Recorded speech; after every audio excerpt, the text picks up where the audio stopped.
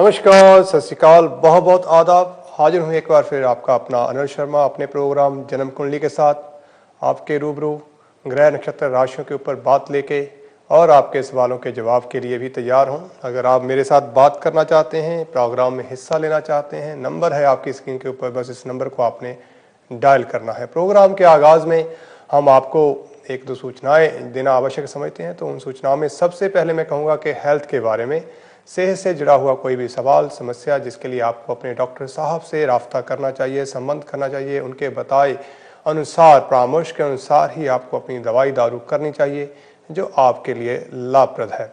वहीं बात करूं लॉ के बारे में, कानून के मसले, हमारी जीवन में नित्य कोई ना कोई अड़चन रहती है जिसके लिए हमें कानून का दरवाज़ा खटखटाना पड़ता है। अगर ऐसी भी कोई समस्या है, कोई सवाल है, तो भाई आप अपने वकील साहब से, सोलिसिटर साहब से राब्ता करें। उनके परामर्श के अनुसार जो भी एक्शन हो वो लें, वो आपके लिए लाभप्रद रहेगा। जहाँ तक बात है जन्म कुंडली, इस प्रोग्राम के माध्यम से मैं पिछले काफ़ी समय से आपके सामने रूबरू हो रहा हूँ, आपसे बातें कर रहा हूँ, आपको कुछ ना कुछ नई जानकारियाँ देने की कोशिश करता हूँ। आपके लिए बेहतर भी जो हम सब के लिए, समाज के लिए जो भी अच्छा हो सके, बन पाए, मैं वो आपको बताने की, सुझाने की कोशिश करता हूं। अगर आप इस प्रोग्राम में भाग लेना चाहते हैं, मेरे साथ बात करना चाहते हैं, नंबर है आपकी स्क्रीन के ऊपर, बस आपको ये नंबर डायल करना है। डायल करते समय हमेशा की तरह कहूँगा, ध्यान रखें किसी ऐसे स्थान पे हो, एकांत स्थान पे हो जहाँ शोर शराबा बिल्कुल ना हो। या अगर आप टीवी सेट के सामने बैठकर भी बात करना चाहते हैं तो अपने सेट का वॉल्यूम बिल्कुल नीचा ले आएं, ताकि मुझे और आपको बातचीत करने में कोई दिक्कत परेशानी नहीं हो। वहीं आपको देना होगा अपना नाम, जन्म का समय, जन्म की तारीख, जन्म का स्थान। नहीं भी है तो कोई समस्या नहीं, आप हमारे साथ रूबरू हो सकते हैं, बात कर सकते हैं, हमें कॉल लगा सकते हैं अपना कोई भी सवाल लेकर।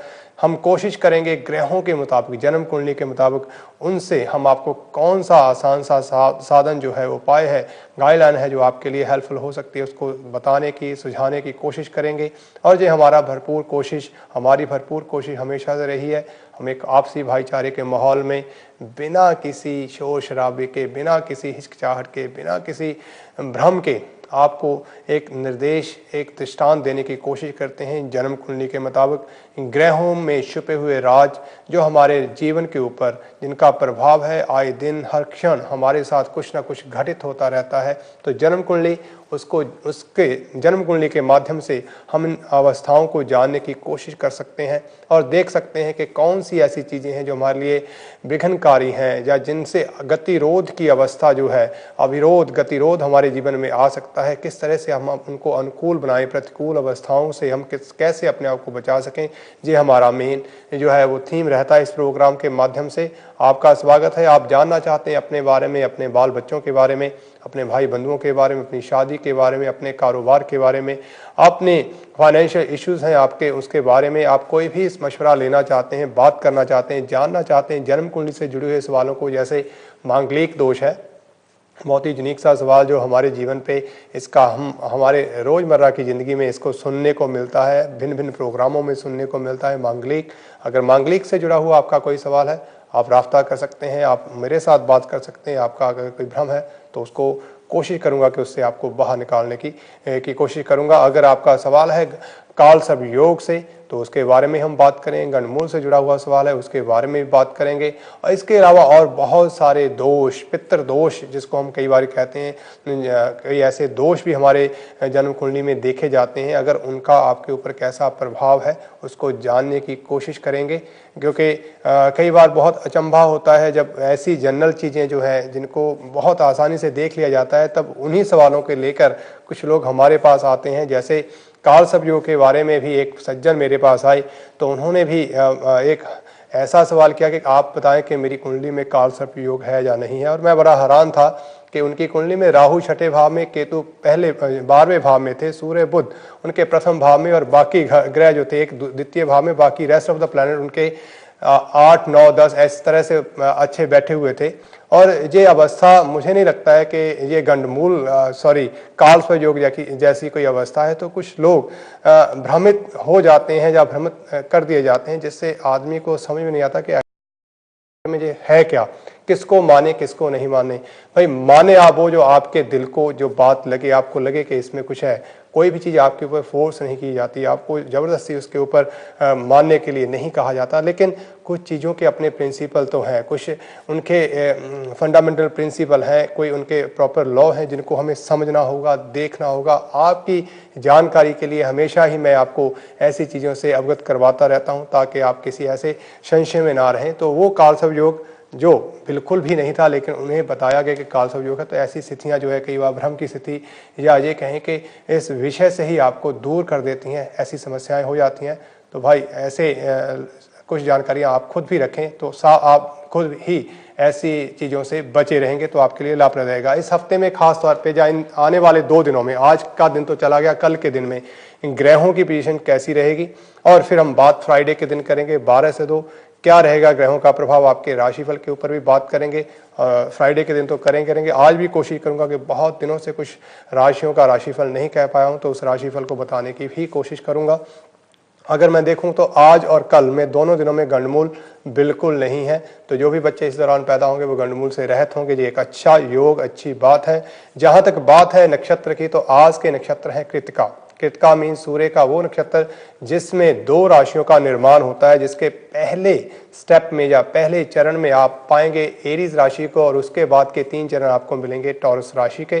तो अभी जो चरण चल रहा है उसमें आपका चंद्रमा एरीज राशि में ही संचार कर रहा है। तो भाई ये एक परिवर्तन की स्थिति है, आप एक परिवर्तन के ऊपर है। अगर आपका चंद्रमा सूर्य के साथ अच्छा संबंध बनाए हुए और सूर्य आपकी कुंडली में बहुत अच्छी स्थिति में बैठा हुआ है, तो राज दरबार से धन से जुड़े हुए कार्य जो है आपको सफल होते हुए दिखाई दे रहे हैं। आपको मान, यश, कीर्ति, तरक्की की प्राप्ति होगी। अगर इस अवस्था में, इस स्थिति में जो इस समय योगा योग चल रहे हैं उसमें आपकी जन्म कुंडली किसी तरह से भी कमजोर है, अगर चंद्रमा और सूर्य कहीं ना कहीं ऐसी स्थिति में बैठे हैं जहाँ ये मैलेफिक हैं, या इनका आपस में संबंध कोई अच्छा नहीं है, या मैलेफिक ग्रहों से इनके ऊपर कोई प्रभाव पड़ रहा है, तो इस स्थिति में आपको धन का नाश, हार्ट डिजीज जैसी चीज़ें, जैसे दिल से संबंधित रोग, मनोरोग जैसी चीज़ों से भी आपको गुजरना पड़ सकता है। मान, यश की कीर्ति बजाय अपकीर्ति हो सकती है, लोग आपको यूं ही परेशान करें, कोई लीगल नोटिस भी आपके हाथ में आ सकता है।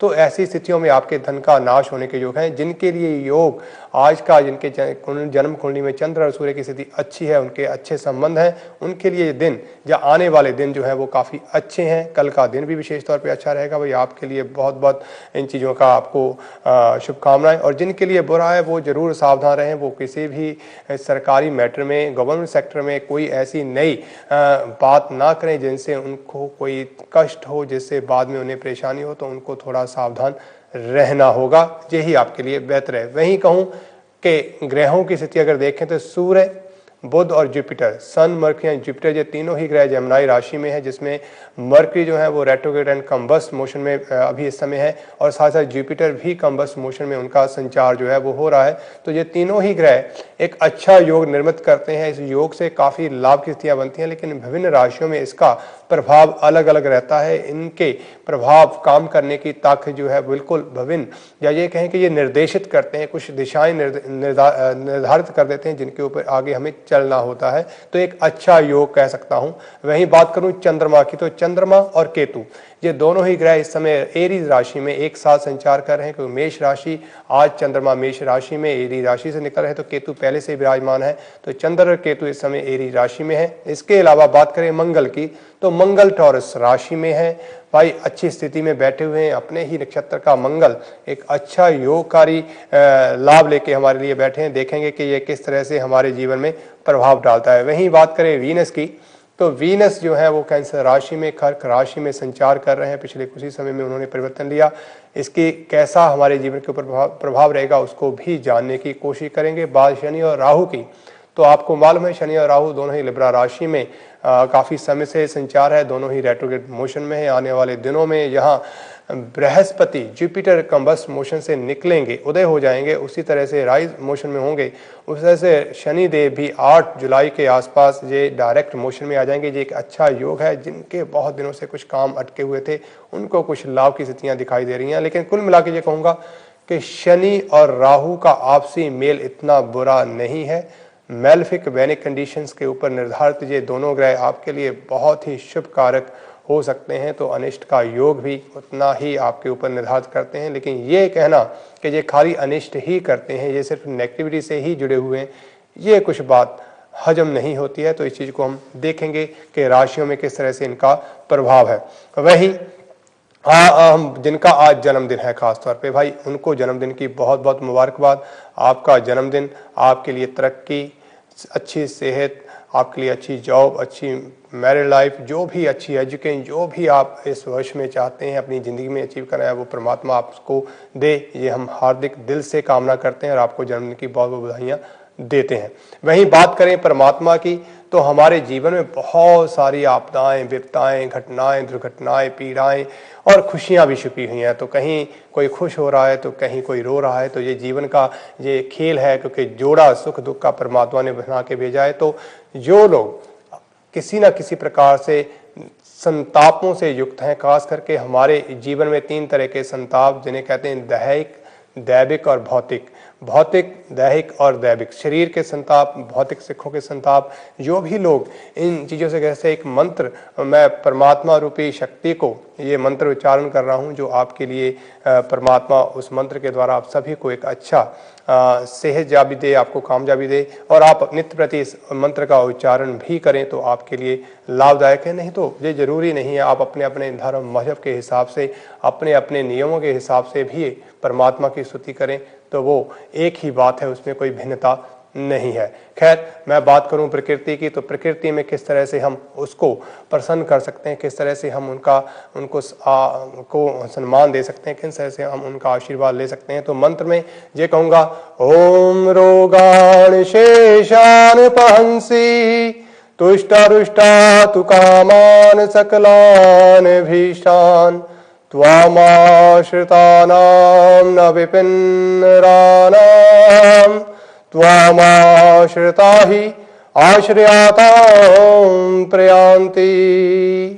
ऐसी माँ आदिशक्ति प्रकृति स्वरूप, जिनकी शरण में जाने से, जिनके चरणों में नतमस्तक होने से हमारे दैहिक, दैविक, भौतिक संतापों का नाश होता है। ना ही नाश होता है, बल्कि वो हमें इतना बलदायी, सुखदायी प्रदान करती हैं, जिसका हम दूसरों को भी आश्रय देने योग्य बना देती है, हो जाते हैं। ये उस भगवती माँ कृपा की ही कृपा है। सो हमें हमेशा ही किसी न किसी रूप से उस माँ भगवती का हमेशा स्मरण करना चाहिए, अपनी माँ के रूप में, बहन के रूप में, पत्नी के रूप में, बेटी के रूप में, हर सगह इस प्रकृति को हम उसी का रूप जाने तो वही सार्थक होगा। सब गोविंद है, सब गोविंद है, गोविंद बिन नहीं कोई। तो ये सार्थक हो जाता है। आप किसी को अलग ना जाने, अपने आप में एक ऐसा एहसास जिसको पाकर आप प्रसन्न रहेंगे। और बात करूं आज जन्म कुंडली में, मैं कुछ राशि के बारे में आपको बात करूंगा, लेकिन अगर आपका भी कोई सवाल है, आप भी मेरे साथ बात करना चाहते हैं, जन्म कुंडली से जुड़ी हुई आपकी भी कोई समस्या है, आप बार बार उसके बारे में पूछ रहे हैं लेकिन कोई सुझाव नहीं मिल पा रहा है, कोशिश कर रहे हैं कि इसके माध्यम से आपको कोई लाभ हो, तो आपकी स्क्रीन पे जो नंबर आ रहा है, बस उस नंबर को आपको डायल करना होगा। नंबर डायल करते वक्त आप ध्यान दें कि टीवी का वॉल्यूम बिल्कुल नीचा हो। दें अपना जन्म का नाम, अपना नाम, तारीख, समय और प्लेस, जिससे हम गणना कर आपकी जन्म कुंडली तैयार करेंगे और बात करेंगे आपके सवालों के ऊपर कि किस तरह से हम आपके लिए स्थितियों को बेहतर बनाने की कोशिश कर सकते हैं। राशिफल में मैं जरूर लास्ट की 2 राशियां एक्वेरियस और पाइसेस के बारे में इस हफ्ते या आज के दिन बात करूंगा, क्योंकि पिछले काफ़ी समय से इन राशियों के ऊपर मैं कोई भी विचार जो है नहीं दे पाया हूं, तो कोशिश करूंगा कि इनके बारे में आपको कुछ बताऊं। इससे पहले कि इनके बारे में बताऊं, मैंने कुछ वास्तु के बारे में बात शुरू की थी, तो उसके ऊपर भी हम बात करेंगे और साथ ही साथ हम लेंगे आपकी कॉल।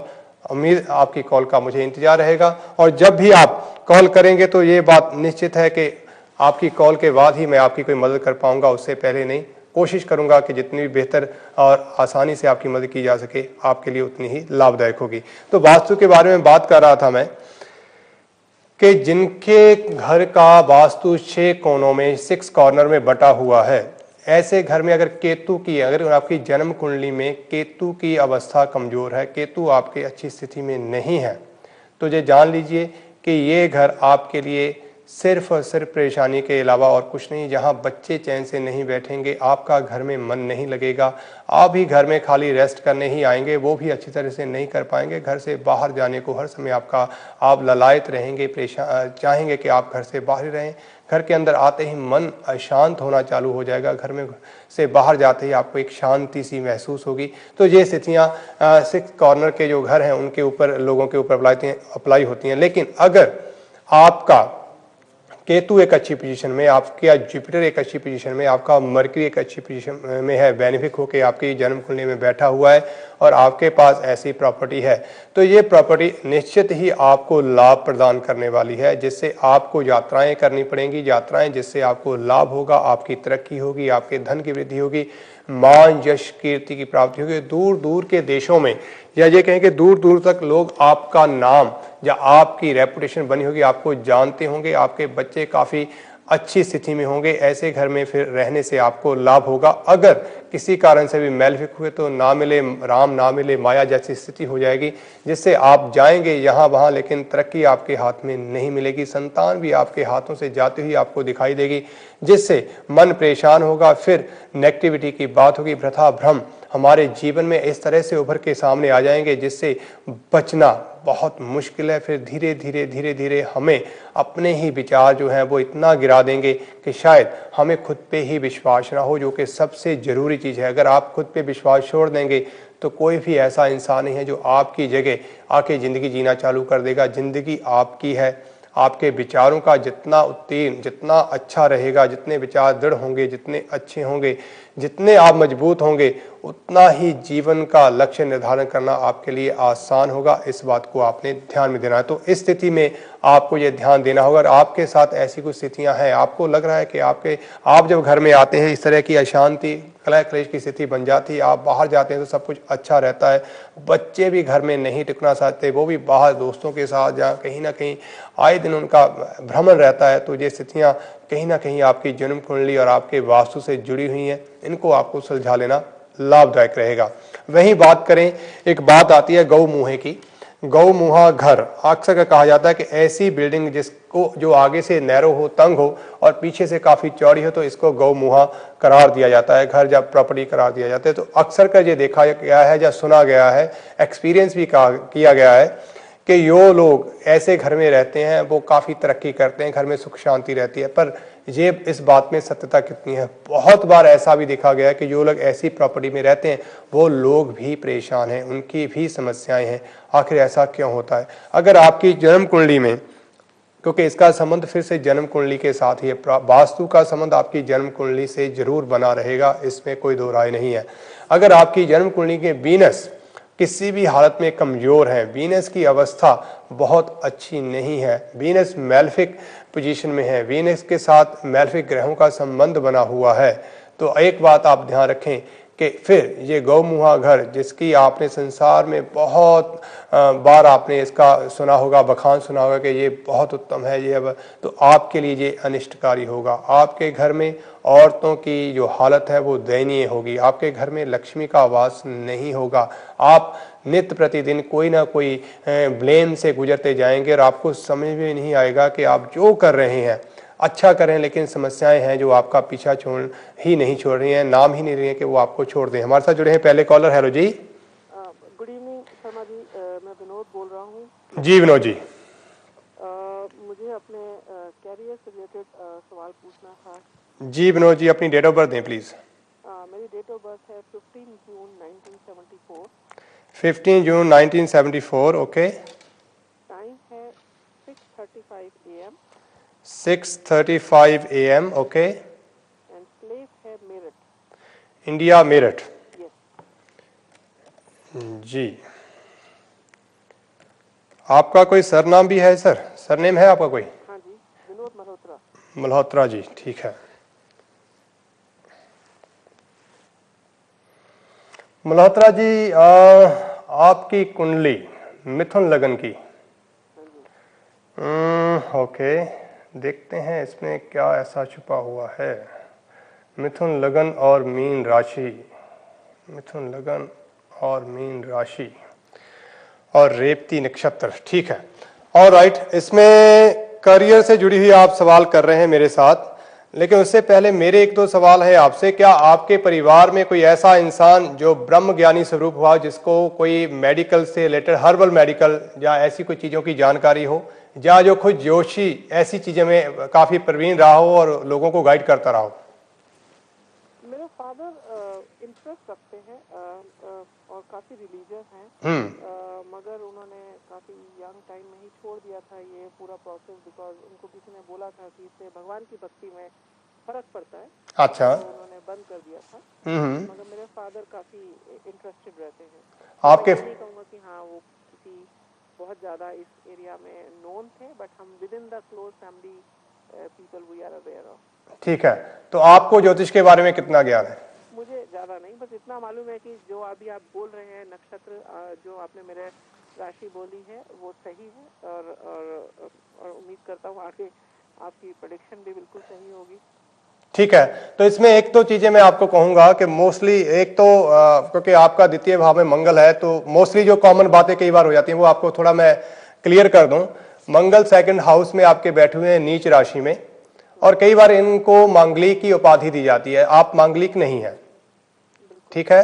दूसरा, कई बार आपकी जो राहु और केतु की पोजीशन है, इसको देख के लोग काल सर्प योग जैसी कुछ चीजों को भी आपके ऊपर अप्लाई करने की कोशिश करें, जो बिल्कुल भी नहीं है। ये एक मेरा बीच में पॉइंट आने ही वाला था, क्योंकि राहु अगर केतु आमने सामने है, अगर 5वें घर पे, मेरे ख्याल से 12वें घर में जी, तो कई बार लोग कालसर्प योग बोलते हैं, मगर मैं ये कंफ्यूज था कि क्या मुझे कालसर्प दोष है कि नहीं। कालसर्प योग, इसीलिए मैंने कहा कि कुछ कंडीशंस ऐसी बनी हुई जिसके बारे में आपको मैं बता दूं।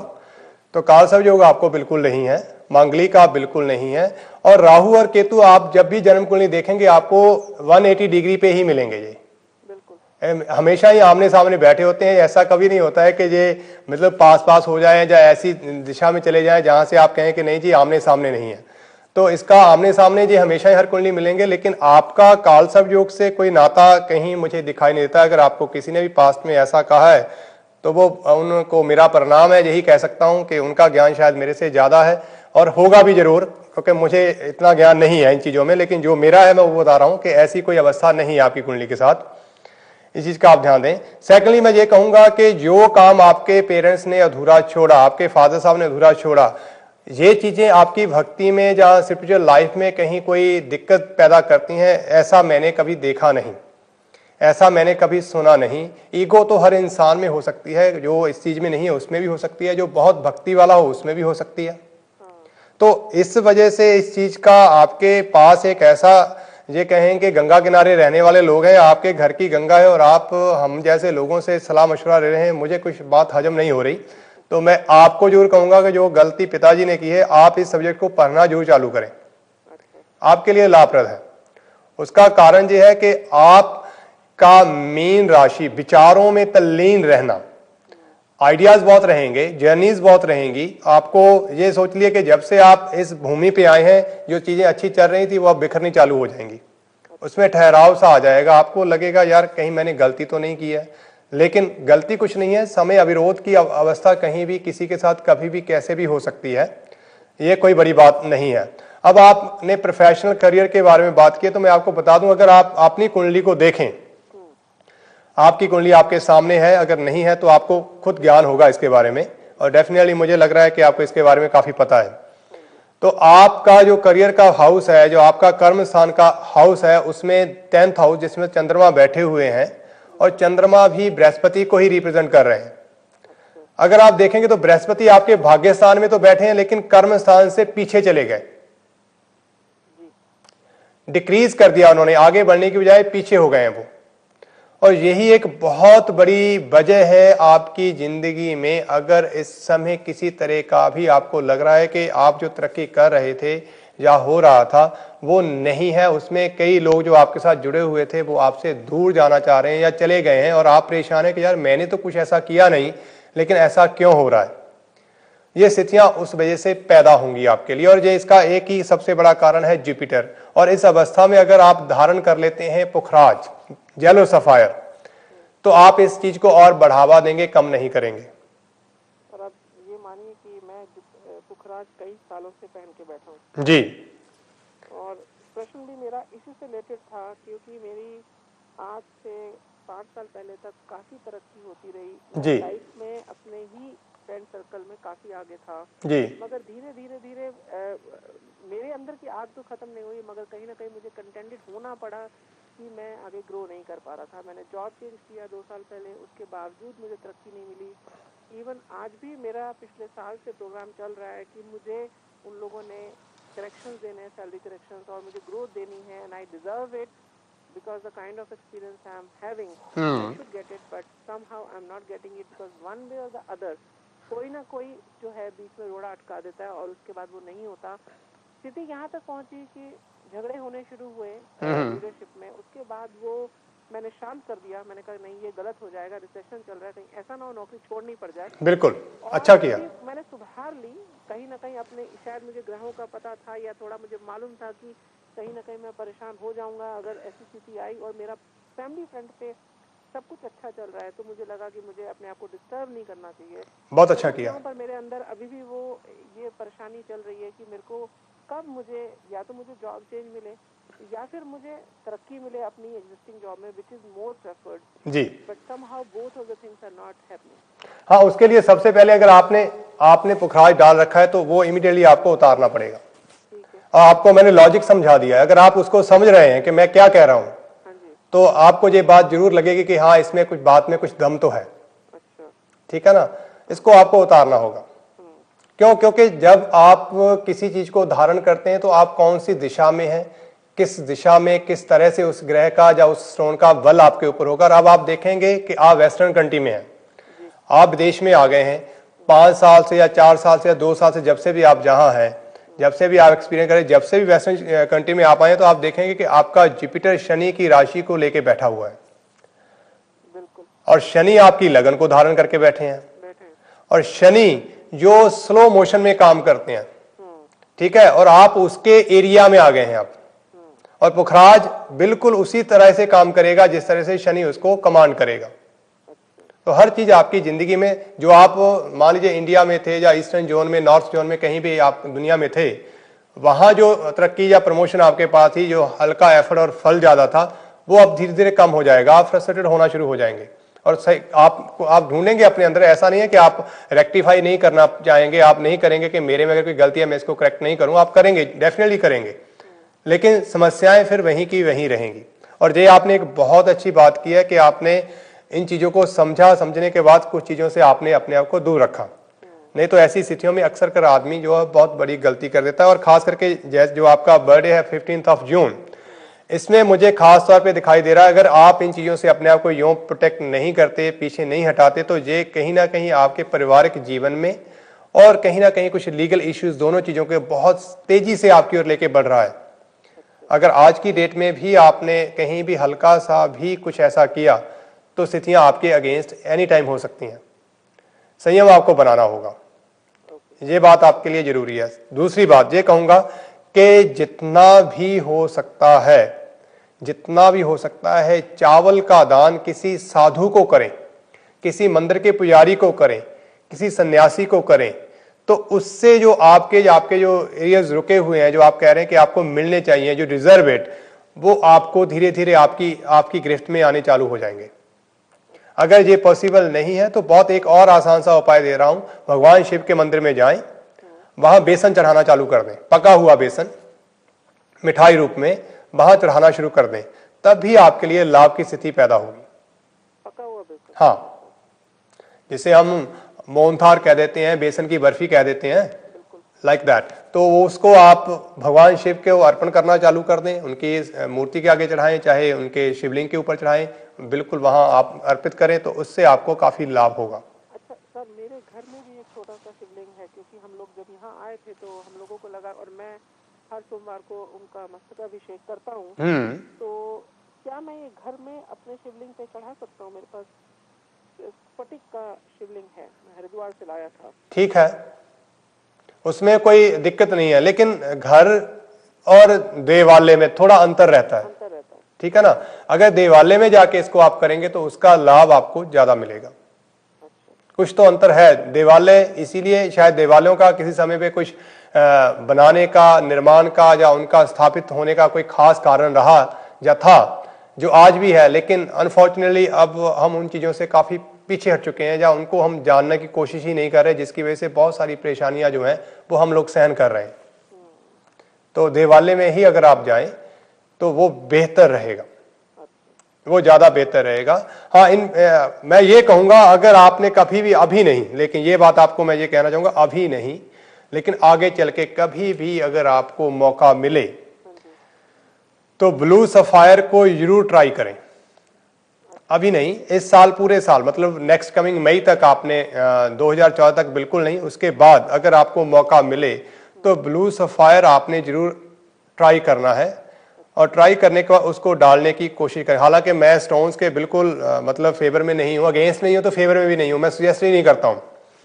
लेकिन मुझे लग रहा है कि मई 2014 के बाद जो ब्लू सफायर है वो आपके जीवन में, जिस तरह से मुझे आपके जीवन में सैटर्न जो है वो सबसे प्रभावी प्लैनेट नजर आ रहे हैं, उनका अगर आपने फल लेना है और उनके कार्यक्षेत्र को आपने अगर बढ़ाना है, क्योंकि कर्मेश आपके भाग्येश के साथ बैठे और भाग्येश ने आपकी लगन, मतलब आपके ब्रेन को, आपकी सोच को ऑक्युपाई कर रखा है, ग्रहण कर रखा है। तो अगर उसी ग्रह की ताकत को बढ़ा दिया जाए तो रिजल्ट आपके लिए बेहतर होने शुरू हो जाएंगे। लेकिन अभी नहीं, मई 2014 के बाद। ठीक है, ब्लू जेलो सफायर जो है उसको आप जितना जल्दी हो सकता है उतार सकते हैं, उतार दीजिए। हाँ, अगर आपको अच्छा लगे, मैं ये नहीं कहता हूं कि अभी उतार दें, जब आपको लगे कि इस बात में कुछ है, विचार करिएगा। मंथन करना बहुत जरूरी है, ये नहीं है कि किसी ने कहा और आपने कर दिया उसी समय। आप वो बात करते करते एक विश्वास आ जाता है। और मैंने कहीं ना कहीं आपको भाई, ये जब मुझे पता लगा कि कालसर्प योग है तो मैं डिस्टर्ब था जी, मुझे ये था कि मुझे बात तो करना है। और जैसे ही आपका प्रोग्राम शुरू हुआ, मैं तीसरी बार मैंने कॉल लगाया जी, और लग गया। और ये मेरे लिए बहुत बड़ी अच्छी बात है, क्योंकि मैं एक गलत दिशा में चला जाता, वो कालसर्प दोष की पूजा के चक्कर में रहता। तो आपने वो जो सॉर्ट आउट किया, वो मेरे को भी लगा कि पॉइंट सही है। तो कहीं ना कहीं एक बात करते हुए आपको आइडिया लग जाता है कि जो सामने वाला कह रहा है वो बात में दम है कि नहीं है। बिल्कुल, बहुत बार ऐसा होता है, शायद मैंने प्रोग्राम के बिगनिंग में ही कहा है कि मांगलिक के बारे में, कालसर्प योग है, पितृ दोष है।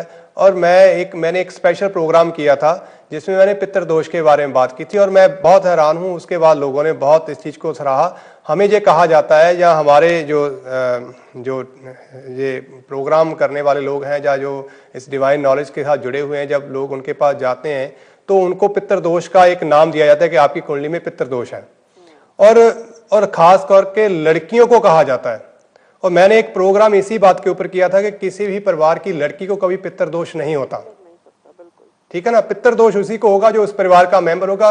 लड़की एक ऐसा एक परमात्मा ने जरिया बना दिया जिसके बगैर संसार अधूरा है, लेकिन उसके पास स्थान भी कोई नहीं है। ठीक है ना, तो उसके ऊपर दोष कैसे लग सकता है? ना तो वो अपने बाप की कमाई खाती है, बाप तो उसका उल्टा दान करके पुण्य कमाने की कोशिश करता है, तो उसको पितृ दोष कैसे होगा? तो इन चीजों को हमें समझना होगा कि पितृ दोष बहुत आसान सा नाम, बहुत आसान से नाम हमने, जैसे कह ली पेटेंट दवाई हमने मेडिसिन तैयार कर ली है, वो चीज हमने एक बना ली है। बस उसके लॉजिक को समझना होगा। अगर हम तथ्यों से अधूरे रहेंगे, दूर रहेंगे और गाइड करने की कोशिश करेंगे, जब हमको खुद ही उसके बारे में मालूम, हम किसी को क्या गाइड करेंगे? तो इस तरह से आप 2014 मई के बाद ब्लू सफायर जो ट्राई करें, वो आपके लिए बेहतर रहेगा। साथ ही साथ मैं ये देख रहा हूं कि आपकी धन की स्थिति, धन का जो आपका घर है उसमें मंगल नीच अवस्था में बैठे हुए हैं। इस बात को भी आप देख लें कि आपके सेकंड हाउस में, इसको हम कहते हैं सेविंग्स, धन, उसमें मंगल का नीच अवस्था में बैठना, मतलब डिवेलिटेटर होके बैठ गए। और डिवेलिटेटर हुए हुए उनका जो धन का मालिक है वो कहां बैठा है? आपके कैरियर में, कर्म स्थान में।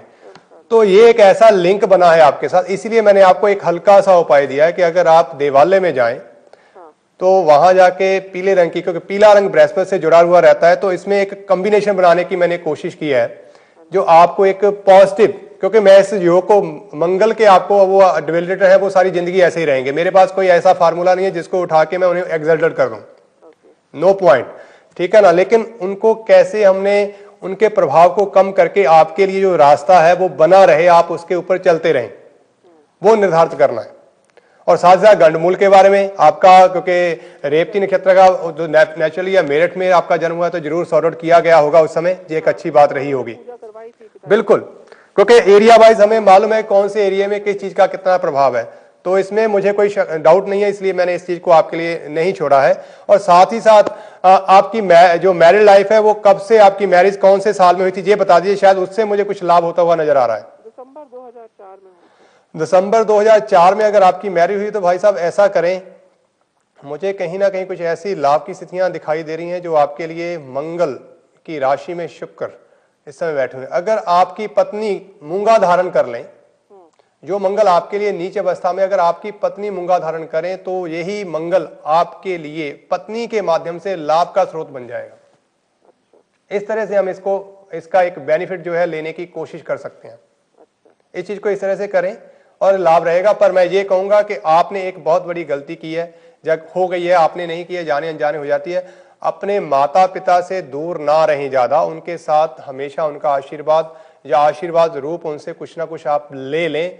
उनसे दूर रहना, अपनी पैतृक देश से जो आपका मदरलैंड है उससे दूर रहना इतना बेहतर नहीं है। आपके ग्रह जो है उसमें कहीं ना कहीं अपना जो कार्य क्षेत्र है उसको पूरी तरह से आपके ऊपर वो फल नहीं दे रहे हैं आपको। तो उनके साथ अच्छे संबंध, अगर वो यही है तो और भी अच्छी बात है, नहीं है तो उनको इनवाइट करें यहाँ पे। बुलाता हूँ तो वो आते भी नहीं है। नहीं, उन्हें इनवाइट करें आप। भी एक गिल्ट है कि वो वहाँ अकेले हैं और मैं यहाँ हूँ, पर मजबूरी ये है कि हम लोगों ने फाइनल डिसीजन यही लिया है कि अब हम यहाँ इस कंट्री में रहेंगे और हम लोग मकान भी ले रहे हैं। अच्छी बात है उसमें कोई, लेकिन उनको इनविटेशन दें, आप उन्हें बुलाएं। मगर वो आ नहीं रहे हैं और अब मुझे समझ नहीं आ रहा कि ये मेरे मन में भी है बात। उनको आप इनविटेशन, और इस बार वो आएंगे आपके पास। अच्छा, ये भी बात है, 14 जून के बाद 15 जून के बाद का जो समय अब चल रहा है इसमें वो आपके पास आएंगे भी जरूर। अब आपने इस बात के लिए कोशिश करनी है जिससे आपको लाभ होगा। अपने माता पिता से दूर रहना, खास करके जो स्थितियां हैं, हालांकि आपकी कॉल कट गई है, वो मैं बता रहा हूं कि ये स्थितियां आपके लिए बहुत बेहतरीन होंगी, इस चीज का आपने ध्यान रखना है। दोस्तों इसी के साथ समय हो रहा है एक छोटी सी ब्रेक का, बने रहे मेरे साथ, मिलूंगा आपको ब्रेक के उस पार। धन्यवाद। का ब्रेक के बाद मेरा और आपका साथ रहेगा पूरे 9:30 बजे तक। अगर आप मेरे साथ बात करना चाहते हैं, इस प्रोग्राम में हिस्सा लेना चाहते हैं, नंबर है आपकी स्क्रीन के ऊपर, बस इस नंबर को आपको डायल करना होगा। मैं करूंगा आपसे बात, दूंगा आपके सवालों के जवाब। जैसे ब्रेक से जाने से पहले हम विनोद जी से बात कर रहे थे, उनको कहा गया कि कालसर्प दोष है, तो ये स्थितियाँ किस तरह से आपको भ्रमित कर देती हैं। कई बार आप एक अच्छी खासी प्लानिंग के साथ चल रहे होते हैं, कुछ कमियां आपकी ज़िंदगी में आती है, तो कुछ ऐसी एडवाइस आपको मिल जाए जिससे आप अच्छा करने के बजाय कुछ और भी ज़्यादा बुरा कर लेते हैं, या ये कहें कि इस वक्त की जो समय की तलवार है वो आपके अगेंस्ट चल रही हो तो आप उसमें गलती और कर देते हैं। तो कई बार आपको सेकंड ओपिनियन जो है वो ले लेना अच्छा ही रहता है। और उससे पहले हम बात कर रहे थे वास्तु के ऊपर, गौ-मुहा घर। हमने ये सुना, देखा और एक्सपीरियंस भी किया, लेकिन साथ ही साथ ऐसा एक्सपीरियंस भी देखने को मिला कि जो लोग गौ-मुहे घर में रहते हैं उस घर की औरतें, घर की लक्ष्मी, उस घर की शांति कहीं खोई हुई रहती है। लाख कोशिशों के बाद आप लोगों को ऐसे स्थान में, ऐसी प्रॉपर्टी में शांति नसीब नहीं होती है। उल्टा सब कुछ अर्पण करने के बाद, अपना सब कुछ दांव पे लगा देने के बाद, दूसरों के लिए अर्पित कर देने के बाद भी आपको बदनामी ही मिलती है और आप तब परेशान हो जाते हैं, तब आपके पास कोई रास्ता नहीं रहता है। तो इसमें शुक्र सबसे प्रोमिनेंट प्लैनेट रहते हैं जिसको हमें देखना होगा। बृहस्पति को देखना होगा, शनि को देखना होगा, केतु को देखना होगा। बहुत सारे ग्रहादि योग ऐसे हैं जिनको हमें देखना होगा, और वो देखने का एक ही मात्र माध्यम है जन्म कुंडली। मान लो आपका शुक्र वीनस जो है वो 6th हाउस में है या 8th हाउस में, और ऐसी अवस्था में आपने गौ-मुहा घर, गौ-मुही प्रॉपर्टी ले ली है जिसमें आप निवास कर रहे हैं, तो ऐसी प्रॉपर्टी में आप कभी भी सुख चैन की नींद नहीं सो पाएंगे। आए दिन आपको मुसीबतों का सामना करना पड़ेगा, और हो सकता है कि आपका घर बच्चों के बगैर हो, बच्चे आपको छोड़ के चले जाएं, या बच्चे पैदा ही ना हो। तो अब आप देखिए कि ये जो एक धारणा बनी हुई है हमारे अंदर, एक धारणा हमने बना ली है कि गौ-मुहा घर ही अच्छा रहता है, आप इसको किसी भी कीमत पे ना छोड़ें, अधिक से अधिक पैसे देके खरीद लें तो ये बेहतर होगा। बहुत लोग इसमें जाकर ऐसे बुरे फंसते हैं जो कर्जाई होकर निकलते हैं। तो ये स्थितियां हमें देखनी होगी। और जन्म कुंडली जिसमें ग्रहों को विचार लेना और फिर प्रॉपर्टी किस तरह की आपके लिए सूटेबल है उसको लेना आपके लिए ज़्यादा बेहतर होगा। खाली वास्तु के जो प्रिंसिपल हैं, फंडामेंटल हैं, उन्हें हम ये नहीं कह सकते वो गलत हैं, वो अपनी जगह पे ठीक हैं, लेकिन उनमें भी दखल देने की अगर कोई ताकत रखता है तो वो है आपके ग्रह, आपकी जन्म कुंडली। तो उसको देखना बहुत बहुत ज़रूरी रहता है, जिससे आपके लिए स्थितियाँ लाभदायक रहती हैं। इसके अलावा एक और लोकेशन जिस प्रॉपर्टी की ये कहूँगा कि रूपरेखा जो है उसमें है शेरमुहा घर। इसको भी बहुत बार टीवी प्रोग्राम में भी सुना, अपनी लाइफ में भी देखा सुना, आप लोग भी कहीं ना कहीं बातचीत करते होंगे।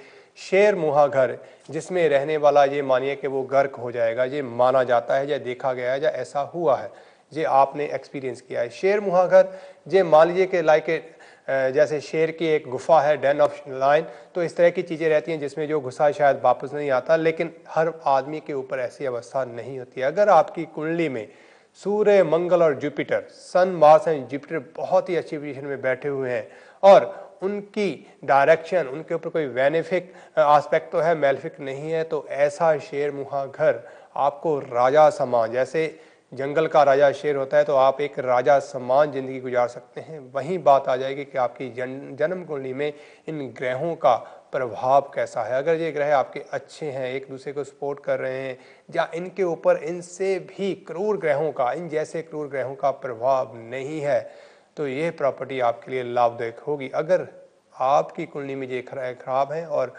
आपने अनलक, आपका ये कहेंगे कि आपने बाई चांस ऐसी प्रॉपर्टी खरीद ली है और आपको पता नहीं है, अनोइंगली ऐसी चीज़ें लेने के बाद, तो आप देख लीजिए कि ऐसा घर फिर आपको खाएगा, इसमें कोई दो राय नहीं है। जो आपने सुना है वो सत्य है।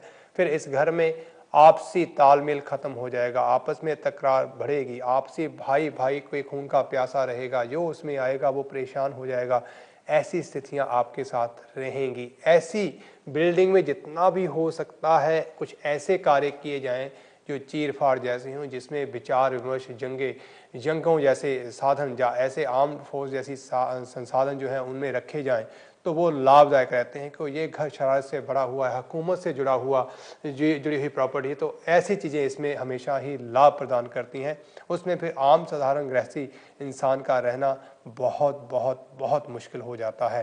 तो शेरमुहे घर के बारे में बहुत लोगों ने ये कहा है और लोग इस घर में जाने के बाद बहुत सारी परेशानियों से गुजरते हैं। शेरमुहे घर कैसा है? अगर आपका फ्रंट बहुत ज़्यादा चौड़ा है और आपका ब्रॉड है और आपका जो बैक है वो कहीं ना कहीं नैरो होती जाती है, वो कम हो जाती है आपके फ्रंट से, तो इसको शेरमुहा घर कहते हैं। बहुत बार लोगों को ये कहते हुए सुना गया है कि शेरमुहा घर, उसको कैसे हम जाने। तो अगर आपका फ्रंट जो मेन एंट्रेंस वाला आपका साइड है, अगर वो बहुत ज़्यादा चौड़ी है बैक साइड से, तो इसका मतलब आप शेरमुहे घर में निवास कर रहे हैं। तो इस चीज़ का आप ध्यान रखें। अगर ऐसे घर में रहते हुए आपको दिखते हैं तो उसके निदान के लिए आपको अच्छी तरह से इसकी जानकारी, अपनी जन्म कुंडली की जानकारी और बहुत सारी चीज़ों का जान लेना ही बेहतर होगा। तभी आप ऐसे घर में, और अच्छा तो यही होगा अगर आपके लिए ये स्थान अच्छा नहीं है, आपको फल फूल नहीं रहा है, तो ऐसे स्थान को आप छोड़ के किसी और जगह मूव हो जाए तो बेहतर होगा। सबसे आसान और सरल उपाय तो यही कहा जाएगा। अगर ये अच्छा है तो इसको और भी अच्छा बनाने के उपाय हो सकते हैं जो आपके लिए और भी बेहतर हो सकते हैं, आपकी और भी तरक्की जो है आपको प्रदान कर सकते हैं। इसके अलावा एक और भी घर हमने देखा है जिसको हम मछली की तरह, जैसे मछली आगे और पीछे से तो नीचे बैठी हुई दिखाती है लेकिन बीच में से काफ़ी उठी हुई दिखाई देती है, या ये कहें कि मुर्दे समान, जो बिल्कुल पेट फूला हुआ जैसे कहें, तो ऐसी स्थितियां हो जाती हैं। अगर ऐसा घर भी आपके पास प्रॉपर्टी है तो वो बिल्कुल भी अच्छा नहीं है। कॉलर जुड़े हैं। हेलो। हेलो जी हेलो जी, नमस्कार जी। डॉक्टर अनिल सर जी शर्मा। जी अच्छा, अनिल शर्मा जी, मैंने अपने बच्चे के बारे में बात करनी है। हाँ जी, बच्चे का नाम दे मुझे। PS मैं आपको इनिशियल दे देती हूँ। जी हैं? जी PS, P for P Poonam S, and उसकी डेट ऑफ बर्थ है 7/12/80। 7/12/80। हाँ हाँ ओके, और समय? हाँ जी 80। Okay, time? 11:15 दिन या रात? रात सुबह। सुबह 11:15 सुबह के। और प्लेस ऑफ बर्थ कौन सा है? जन्म कहाँ हुआ इनका? इधर ही स्कॉटलैंड में। सॉरी? स्कॉटलैंड में। स्कॉटलैंड में कौन सी जगह? स्कॉटलैंड में, वो आप मत पूछो, है ना। स्कॉटलैंड में, ठीक है। चलो मैं ऐसा कर लेता हूँ, इसको ग्लासगो सेट कर देता हूँ अपनी तरफ से। ठीक है। और आप प्लीज़ अपने टेली की आवाज़ थोड़ी नीची कर दें, मुझे अपनी ही आवाज़ सुन रही है। ओके ओके, तो आपने दिया है अपने बेटे का नाम, मुझे जहां तक लगा है पी फॉर पेरिस। ये तो नहीं, बच्ची का लड़की का है? हाँ। हाँ ठीक है, कोई बात नहीं, पी फॉर पेरिस। हाँ। ओके ठीक है, और आपने कहा है 7 दिसंबर 1980 और 11:15 बजे सुबह का। ठीक है जी, और स्कॉटलैंड का आप इसका बर्थ बता रही हैं। ठीक है, ओके जी। तो आपकी बेटी का जो चार्ट है उसमें आपको भी कालसर्प योग कहा गया होगा, तो आपने इसके काफ़ी पूजा शांति करवा ली होगी, मुझे इसमें कोई दो राय नहीं है। चलो जो आपने करवा ली है वो इतनी बुरी नहीं है, लेकिन इतना बुरा कालसर्प योग भी नहीं है। कहीं ना कहीं शादी को लेके आप लोग हमेशा परेशान रहेंगे, गृहस्थ जीवन में इसके दिक्कतें रहेंगी। आपका सवाल क्या है? नहीं, तो शादी कब तक होगी? शादी कब तक होगी, यही आपका सवाल है। ठीक है, कालसर्प योग करवाने के बाद तो आपको बहुत दावे किए गए होंगे कि शादी हो जाएगी, बस कालसर्प योग करवा लें, फिर शादी हुई क्यों नहीं अभी तक? कितने दिन पहले आपने कालसर्प योग का निदान दान पुण्य उपाय करवाया था, ये कुछ याद है आपको? तो बहुत 10 साल हो गए? 10-12 साल। 10-12 साल हो गए, लेकिन अभी तक कुछ हासिल नहीं हुआ है। ठीक है, नो प्रॉब्लम। चलो देखते हैं क्या हो सकता है इसमें। अगर बताओ जिसके है चांस के नहीं है, क्या है ना? आपकी आवाज़ मुझे अब कम भी आ रही है और मुझे टेलीविज़न की आवाज़ अभी भी सुन रही है। प्लीज़ आप मेरे से बात करें, लेकिन टेलीविज़न का वॉल्यूम बिल्कुल उसको रिकॉर्डिंग पे लगा दें, आप बाद में सुन पाएंगे इसे। ठीक है, ताकि हम फोकस करें एक दूसरे की बात के ऊपर।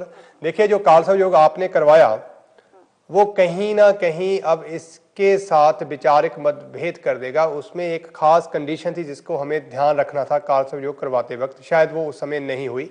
डिले का एक कारण ये है, मोस्टली ऐसे बच्चे की शादी जो है वो 27 साल की एज में हर कीमत पे हो जानी चाहिए।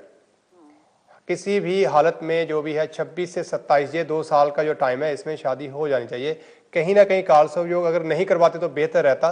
जो आपने करवाया उसमें कुछ कमी का एहसास हो रहा है, जैसे किसी जख्म को अगर हम बिना छेड़े तो कंप्लीट उसका सोल्यूशन करें, अगर अधूरा करें तो फिर वो नासूर बन जाता है और ज़्यादा परेशानी देता है। ये खास कारण है। लेकिन फिर भी मैं ये देख रहा हूँ कि आपकी बेटी की कुंडली में एक अच्छा योग बन रहा है जो दिसंबर 2013 के बाद का है, और लगभग 1 साल का समय आपको मिलेगा जिसमें आप इसका जो है लगन करवाने में, इसकी शादी करवाने में कामयाब होते हुए दिखाई दे रहे हैं। मुझे काफ़ी अच्छी स्ट्रांग पॉसिबिलिटीज़ जो है वो फीलिंग्स के तौर पे आ रही हैं, अगर यही कालसर्प योग उसमें बाधा नहीं बना तो। कई बार हम जल्दबाजी में जब परेशान होते हैं, मैं भी परेशान होता हूँ कुछ चीज़ों को लेके, ऐसी नहीं, ह्यूमन नेचर है ये, तो परेशानियाँ हमारी ज़िंदगी का एक हिस्सा है। लेकिन कई बार जब हम डिसीजंस लेते हैं तो उस समय सेकंड ओपिनियन हमेशा ही एक अच्छी बात होती है, अगर उसको विचारा करें। पर आपके केस में तो ऐसा है, चाहे 10 ओपिनियन लेते तब भी यही मिलना था कि कालसर्प योग है, इसको पहले से ही आप सॉर्ट आउट करें, तभी आपकी आगे बात नैया पार होगी। खैर, इसमें आपका कोई दोष नहीं है। फिर भी मैं ये कहूँगा कि ये अभी जो 2014 आ रहा है आपके लिए, 14 आ रहा है, 2014, ये इस मामले में आपको सक्सेस लिए कुछ दिखाई दे रहा है, कुछ नहीं, काफ़ी स्ट्रांगली दिखाई दे रहा है मुझे। जी तो इसको मंगलेश दोष भी है? नहीं है जी, सब कहते हैं इसको मंगलेश। बिल्कुल बिल्कुल, वही तो कह रहा हूं कि जब इसका कालसर्प योग करवाया गया उसमें कुछ चीज़ों का बड़ा ध्यान रखने की जरूरत थी, वो चीज़ें ध्यान नहीं रखी गई। वो तो इंडिया में 5-7 पंडितों से कराया था। ਤੁਸੀਂ ਪੰਜਾਬੀ ਬੋਲੋ, ਮੈਨੂੰ ਲੱਗਦਾ ਤੁਸੀਂ ਹੁਣ 5-7 ਭੁਲੇਖਾ ਪੈ ਗਿਆ। ਆਪਾਂ ਪੰਜਾਬੀ ਆ, ਮੈਂ ਪੰਜਾਬ ਤੋਂ ਆ, ਗੱਲ ਕਰੋ, ਗੱਲ ਤੁਸੀਂ ਜਿਹੜੀ ਕਰਨੀ ਆ। 5-7 ਪੰਡਤਾਂ ਦੇ ਕੋਲੋਂ ਪੂਜਾ ਕਰਾਈ ਸੀ। ਮੰਗਲੀਕ ਦੀ ਨਹੀਂ, ਇਹਦੀ ਜਿਹੜੇ ਪਤਾ ਨਹੀਂ ਉਹਨਾਂ ਨੇ ਕਿਹਾ ਸੀ ਵੀ ਇਹ ਕਿ ਕਾਲਸਰਪ योग ਹੈ ਜਾਂ ਕੀ ਹੈ, ਫਿਰ ਪਿਤਾ ਜੀ ਨੇ ਕਰਾਈ ਸੀ।